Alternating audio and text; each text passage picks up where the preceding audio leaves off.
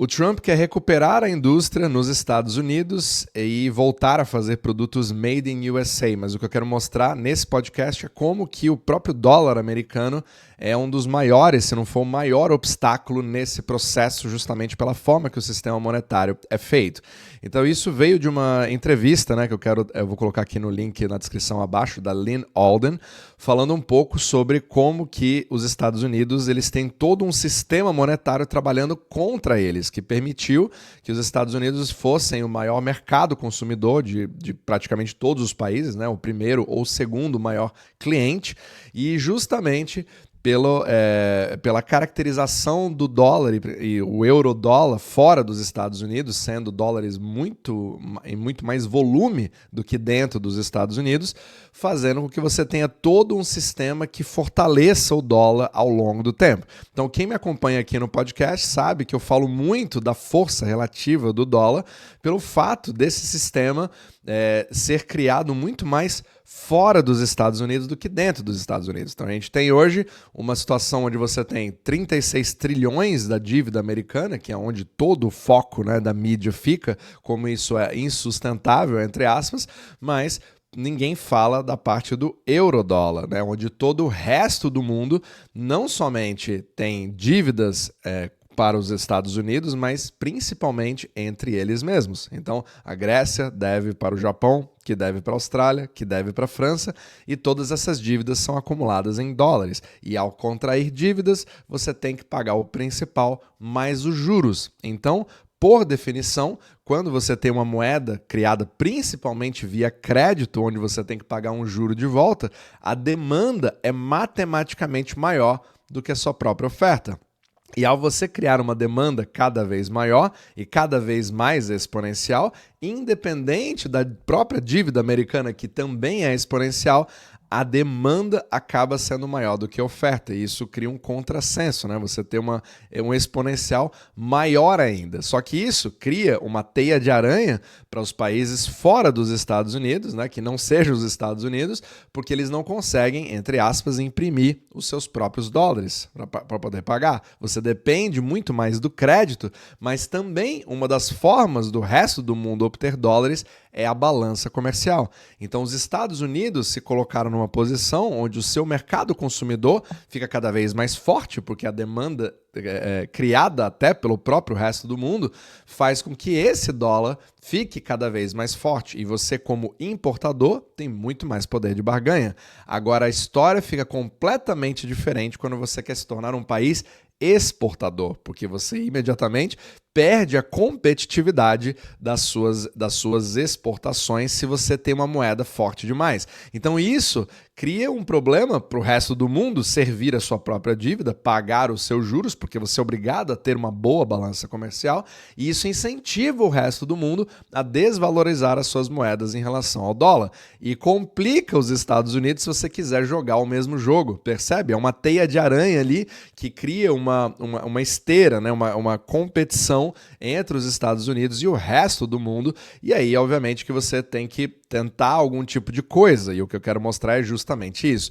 Então, para você dar uma olhada aqui na força do próprio dólar, ele vem caindo, então o que é tecnicamente uma boa notícia, se você está pensando ali em relação ao resto do mundo, que esse aqui é o DXY, que é a força do dólar em relação às outras moedas, porém, eu já expliquei em capítulos passados como o DXY é só uma das lentes, porque o peso do euro é extremamente alto, são 57% nesse índice, que é formado pelo euro. Então, isso tem muito mais uma história contada pelo euro e pelo iene, que são as duas maiores moedas nesse índice, do que o próprio dólar. Porém, ele veio enfraquecendo, mas você percebe, inclusive eu uso uma analogia do dólar sendo ali aquela bola de vôlei que você coloca ali embaixo, né, da piscina, e ela acaba sempre tendo aquela força para cima. Você pode até empurrar, mas ela sempre acaba voltando. Isso até se reflete bem nesse gráfico, né? Então você vê ali que desde março o DXY caiu e agora ele está trazendo aquela força novamente.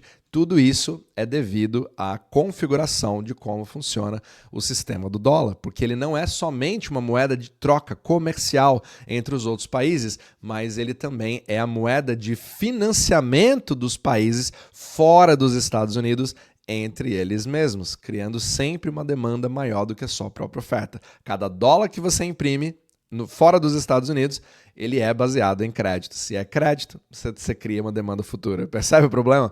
E, da mesma forma, a preocupação que você tem hoje no governo Trump, muito mais do que salvar a bolsa, né? Eu já falei isso em capítulos anteriores, é de você trazer os juros para baixo.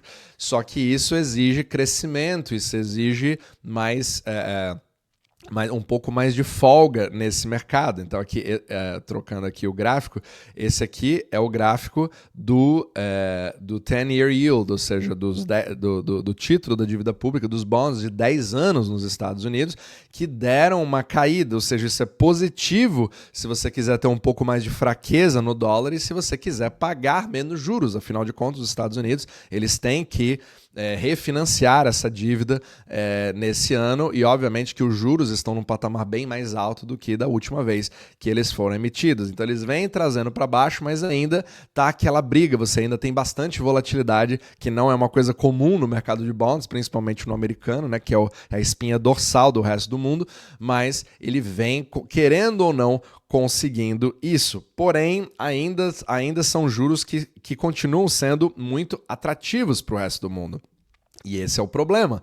Se você não tem ainda se você tem uma vantagem comparativa em relação a você se dolarizar e ter uma rentabilidade que é maior do que você vê fora dos Estados Unidos, isso traz capital para dentro dos Estados Unidos, continua fortalecendo o dólar. É exatamente o famoso milkshake do dólar do Brian Johnson. Apesar de que nesse momento você está vendo uma tendência à exposição do capital para mercados emergentes, como o próprio Brasil. O Brasil vem se beneficiando bastante disso. Eu vou até colocar aqui no gráfico. Pronto, eu trouxe o gráfico aqui que eu estava sem ele. Ó, e aí você percebe aqui claramente que o real ele vinha sofrendo bastante, né? O dólar vinha subindo bastante em relação ao real, mas ali, a partir do início desse ano, ele saiu daquele pico ali, né? Lá em cima ali de mais de 6,30, deu uma boa relaxada, mas você percebe que ele ainda persiste e aí está nos 5,70. Mas isso vem de grande parte do Brasil estar junto ali com a China e vários outros países emergentes recebendo capital justamente pela quantidade de incertezas que você vê no mercado americano para saber as regras do jogo até que você decida qual que é o próximo carry trade. Então, enquanto isso, os exóticos estão ganhando, só que o pêndulo acaba voltando, não porque o Brasil não é um bom país ou porque a China não é um bom país, etc. É pelo formato do sistema monetário, isso que as pessoas esquecem. E é claro que isso deixa ser extremamente difícil a tomada de decisão. O próprio Brian Johnson fala isso,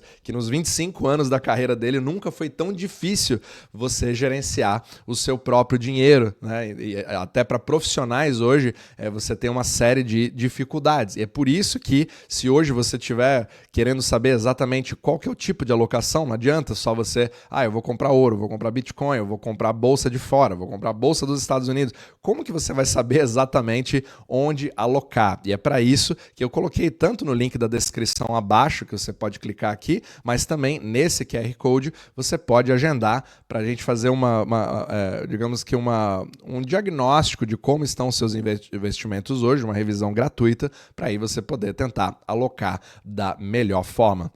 Dito isso, você hoje tem um emaranhado do sistema euro-dólar, onde você tem dívidas a serem pagas cada vez mais, e isso sempre vai criando esse pêndulo. É por isso que nos últimos 25 anos, 30 anos, desde o início do real, por exemplo, mas não somente o real, a própria lira turca nesse exato momento está com seríssimos problemas, eu vou falar sobre eles aí talvez num próximo capítulo, demonstra exatamente a mesma coisa, a dificuldade que outros países vão ter de servir a sua dívida, né, de pagar os juros das suas dívidas já contraídas antes. Isso é uma coisa que talvez o mercado não esteja vendo muito bem, e é por isso que é super importante você entender o mecanismo que traz ao longo do tempo essa força do dólar. Não é porque os Estados Unidos são maravilhosos ou porque o Trump gritou mais alto do que o outro. Isso não mudou nada. No governo Biden era a mesma coisa, no governo Obama era a mesma coisa, no governo Bush era a mesma coisa.